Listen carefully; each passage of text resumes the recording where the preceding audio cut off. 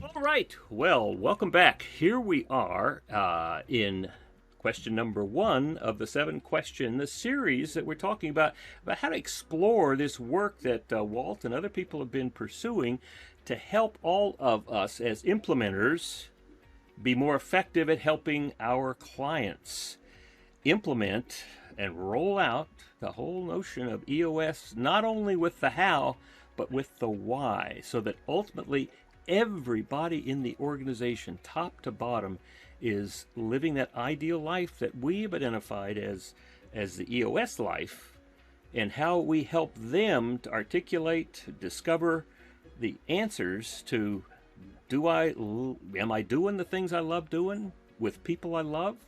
Am I do I see how what I'm doing is making a great difference? It's helping my company to make the world a better place. Am I being compensated appropriately, and do I know how to affect that if I'm not? And finally, am I actually living out a life with my other passions, and especially with my family?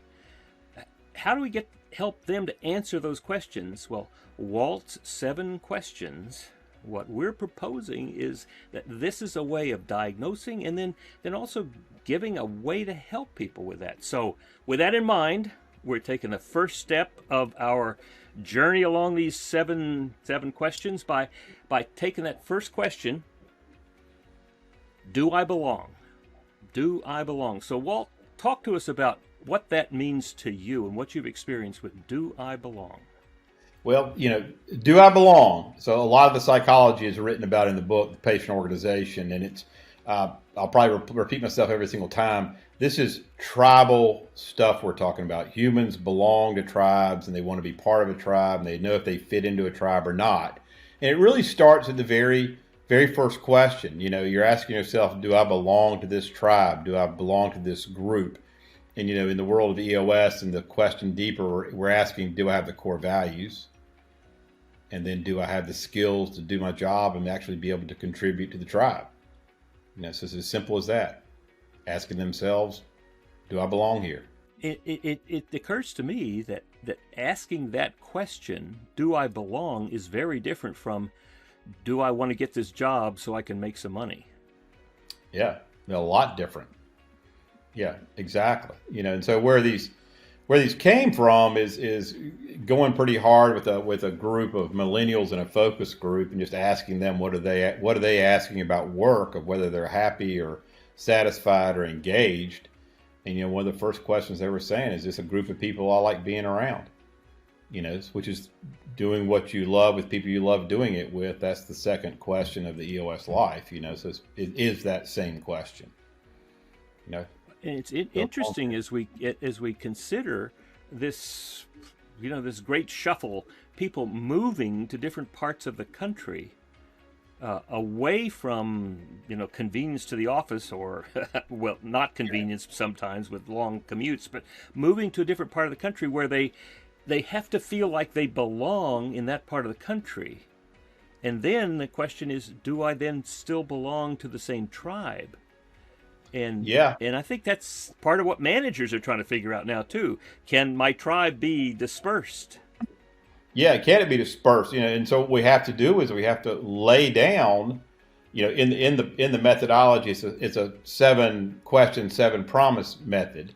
So it's up to the organization, up to leadership to really carry the load with the saying, this is what it means to belong here. These are our core values. This is the way we treat one another on a daily basis. These are the minimum, or not even minimum. These are the standards.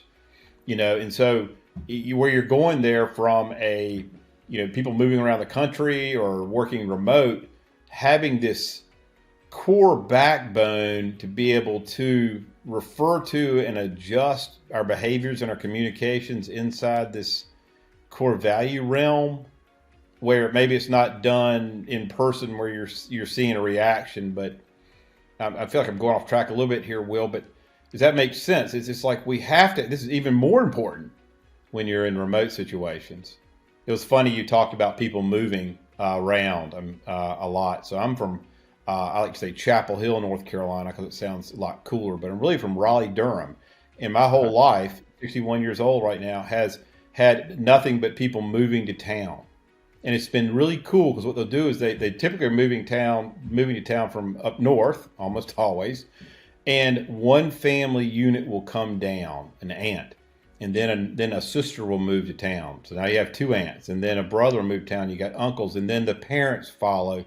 And what's really cool is they've come to the area, and the area is very welcoming. You can always get a meeting, and they don't bring all of the values, but they absorb them. They're looking for sort of these family values. I feel like I'm going way right, but they're just looking for this sort of core where they belong, and they really can put down roots and join your church and be part of the soccer group and things like that. And they're finding it in the triangle. And now, my suspicion is that when we get to 2030 with 100,000 companies working with EOS, and that's 5 to 7 million people are going to be impacted, that there may be there's a good chance that people are going to be looking for jobs based upon, can I belong to that group? Is this something that I want to be part of? Are they involved in a mission that I believe in, that I want to help with? And exactly. Do I really can I get to the place where I love these people? Well, you think about 100,000 companies at 50 apiece, can't do that math, but it's a bunch of folks, and they hopefully are actually experiencing the life, and they're seeing the way that, as Patrick Lencioni talks about, is an organization considering a core values initiative must first come to grips with the fact that when properly implemented, core values inflict pain. They hold leadership to a higher standard. They make some in the organization feel like outcasts. That's what we're doing through EOS and through the 7 questions, 7 promises. We're making a promise to the organization, to the individual, that we're going to surround you with others who have these core values. And if you have them, it's nirvana. If it's not, it's going to be hell on earth, because we're going to spit you out. Not just leadership, but organization. And that's horrible to work for an organization where you don't fit, where you don't belong.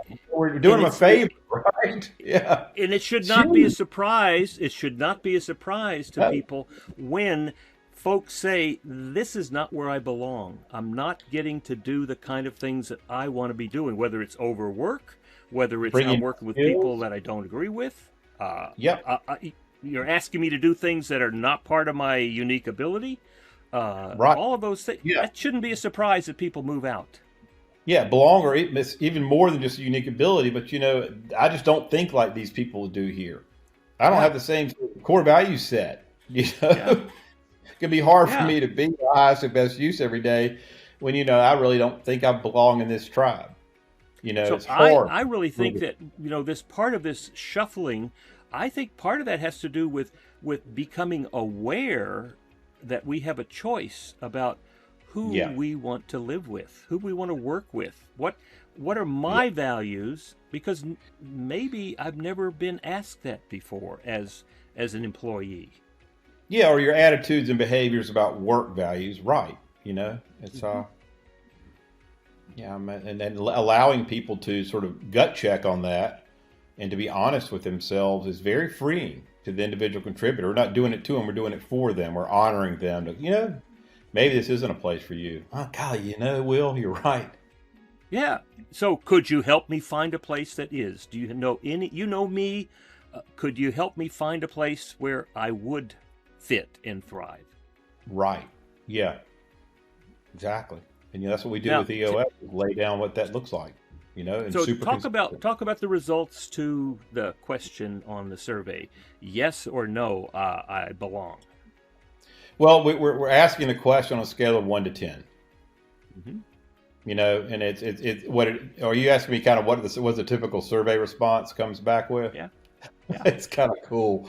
We actually get the actual numbers of people who are answering to the number. So, a bunch of 10s and 9s. So typically you'll go out and it's not really a net promoter score, but the engaged and neutrally engaged people are like 8s and 9s and 10s. So you get a lot of folks out there at 10s and 9s, and then you'll have these outliers that are 6s and 5s and 4s. I mean, very seldom 2s and 1s, but you'll have people who And you're like, oh, that's an issue right there. These people are unhappy. They're uncomfortable.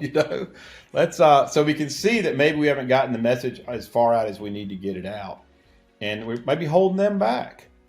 Yeah, yeah. And then it's sometimes, yeah. Go ahead. That's an effective way to get the diagnosis about who and where, who's bleeding out there, who's really feeling bad about this, Who's in pain? Right. And Yeah. And that pain is holding the whole company back.